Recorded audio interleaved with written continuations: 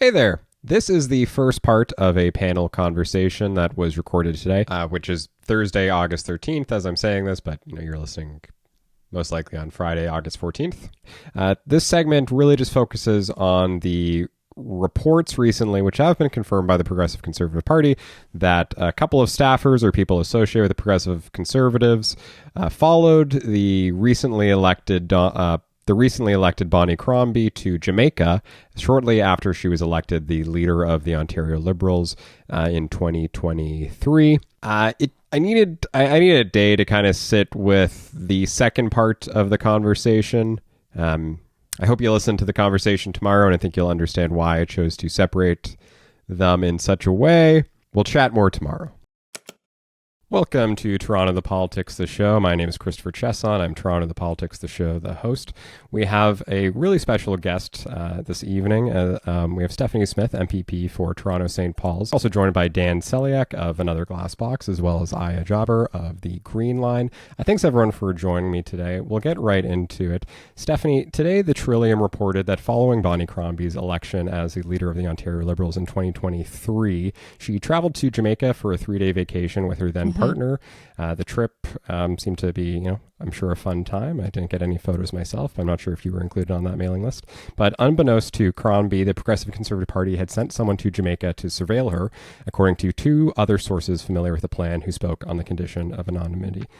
Do you have any initial reaction to this? How did you feel when you first heard this news, Stephanie? You know what? It is to me so deeply disturbing to know that the PC party spent thousands of dollars, taxpayer dollars, to send people to essentially stalk Bonnie Crombie on her downtime while she was on a private holiday after the leadership election, trying to have some downtime on her own.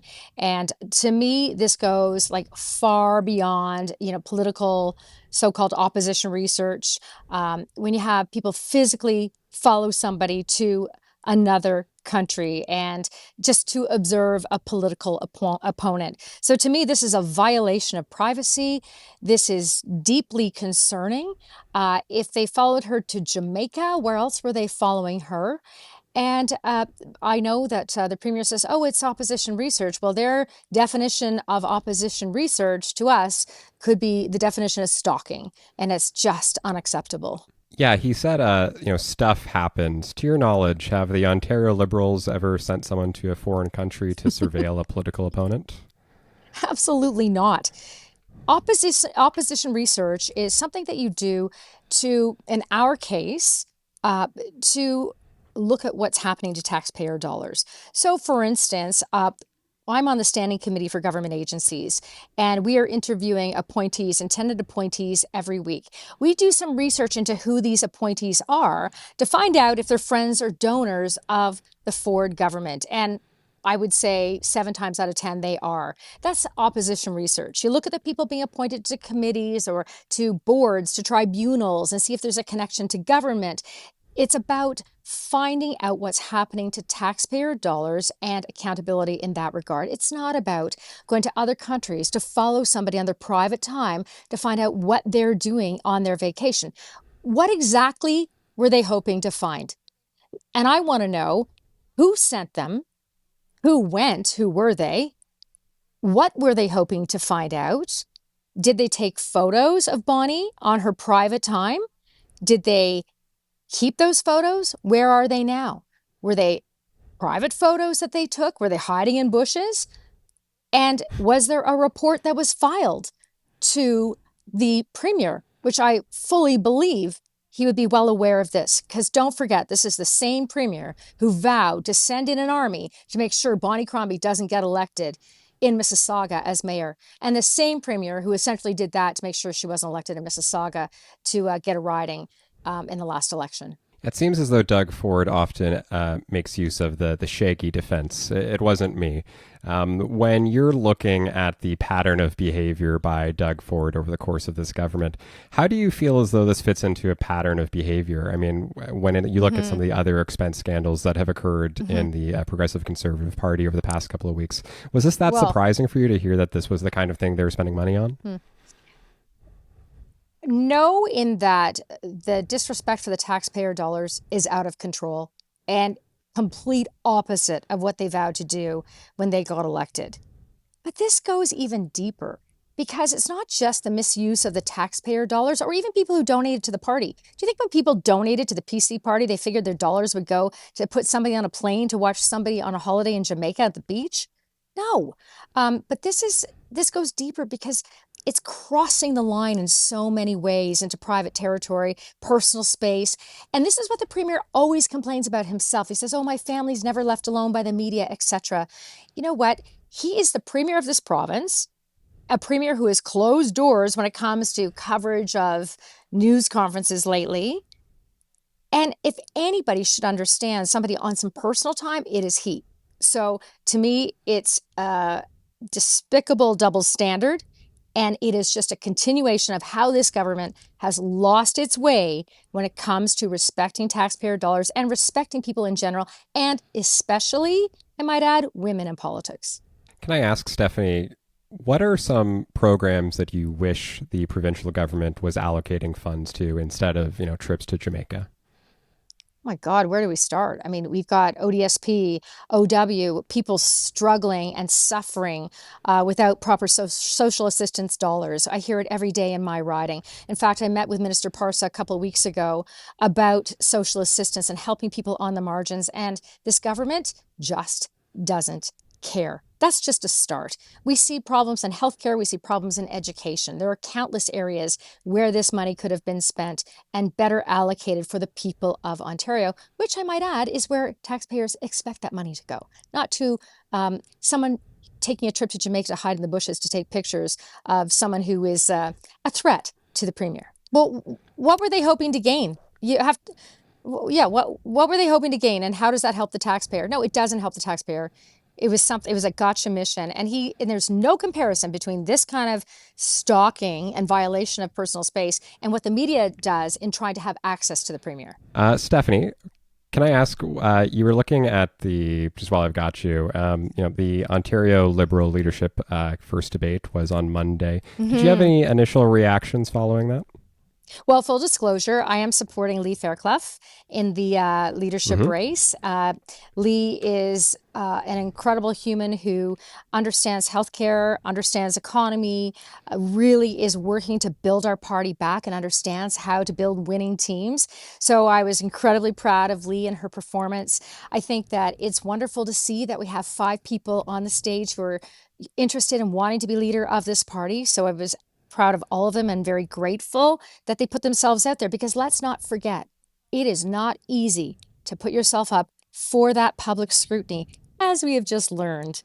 Thank you to the Trillium for doing this incredible research. So I applaud all of them, and I'm especially proud of Lee. And I hope people get engaged. There's going to be more debates to come, lots more to learn. So the election is for the leader is coming up in November. So everybody stay tuned, and hopefully everybody will get engaged and take part and watch. And hopefully, we'll have a great turnout for the voting on the leader of the party, the next leader.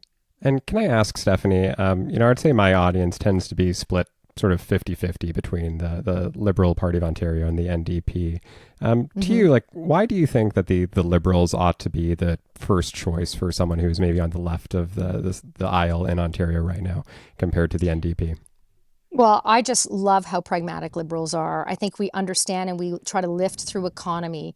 We've got to build our economy up, and that way we create jobs. Creating jobs creates opportunity, and that lifts people out of being on the margins. So I think we have that approach that is, we have strong leadership when it comes to the economy in our caucus with Stephanie Bowman, who also is running for leader, I might add, and Lee's approach and Lee's understanding of healthcare. People have been there on the front lines. So I really love that the Liberals understand the holistic approach to building this province back up again. And that's why I believe we are the better choice by far going forward to lead this province again. Can I ask you, and feel free to tell me no, especially don't warn you about this. Do you have any perspectives when it comes to the municipal race so far? Are there any issues you wish were being discussst that you haven't noticed being discussed quite yet? You know what? I am watching it very closely. I support Brad Bradford. I have since 2023, when I volunteered on his campaign in the media side. side, right, helping him get some media coverage. And look, he learned a lot during that race. There are, 80 contestants in the race for leader. I think Brad understands when I talked to him about my support. He understands what's happening with tenants in my riding. In Toronto St. Paul's, we have 70%, 60 to 70% of the people are renters, and many of those are living on the margins. He understands tenants' rights, and that's where I'm grateful that he does. I think he has also a pragmatic approach to what's happening in the city right now and all kinds of new, fresh ideas that are coming up. And I look forward to watching him continue to campaign, until we have, October 26th is the election. So I'm excited about that. I think it's time that we give Brad a chance in the mayor's office, and I'm really thrilled to support him. And I think he means well in all he is doing going forward. And I think that, again, we'll watch the platform roll out and more ideas coming forward. Well, Stephanie, I hope we have a chance to have a longer conversation about all those issues sometime. But I really appreciate you making the time today and for coming on to the show. And I hope you have a wonderful rest of your evening. It was really nice to be here. Thanks so much for asking me. Have a great night. Bye. All right. Thanks, Stephanie. Take care. Bye-bye. And thank you very much for MPP Stephanie Smyth for joining the show. I hope she doesn't listen to the rest of this episode, especially when we start talking about bike lanes. Yes, so that was how that conversation ended. I'm going to release tomorrow, Saturday, the rest of that panel conversation that I had with Dan and Aya, because they're great, and I want to make sure that their perspectives get heard as well. It felt very rude of me to just segue from Stephanie Smyth, who's very nice, and she's a former journalist herself, and I'm sure she serves her constituents well. It felt rude for me to put out an episode where she goes from singing Brad Bradford's praises to me giving a very free-flowing perspective on Brad Bradford and how I think he approaches politics. So we're splitting up the episode, but that means there's a whole other episode tomorrow in a way, and isn't that cool? So yeah, journalism and ethics, guys. These are interesting conversations to have. If you would like to follow us on Instagram, we are at Toronto The Politics The Show. You can also send me an email at torontothepoliticsthe.show@gmail.com. I have made a commitment that if you are a political candidate running in the 2026 municipal election, I will do an interview with you if you're on the ballot, at least an in-person interview for anyone running for council or mayor. But if you're a school board trustee, I might not be as consistent. It's just me doing this, Also, I have opened up a donation link. So if you've got, if money's been burning a hole in your pocket and you care a lot about local news and you think that, someone, this is where I felt like a real, we'll talk later, guys. This is why I think I need to have a Patreon, maybe, where I have episodes that are a little less public, so I can provide my unvarnished perspectives on all of this. Yeah. Go to my Instagram right now and see the kinds of things that I post about Brad Bradford.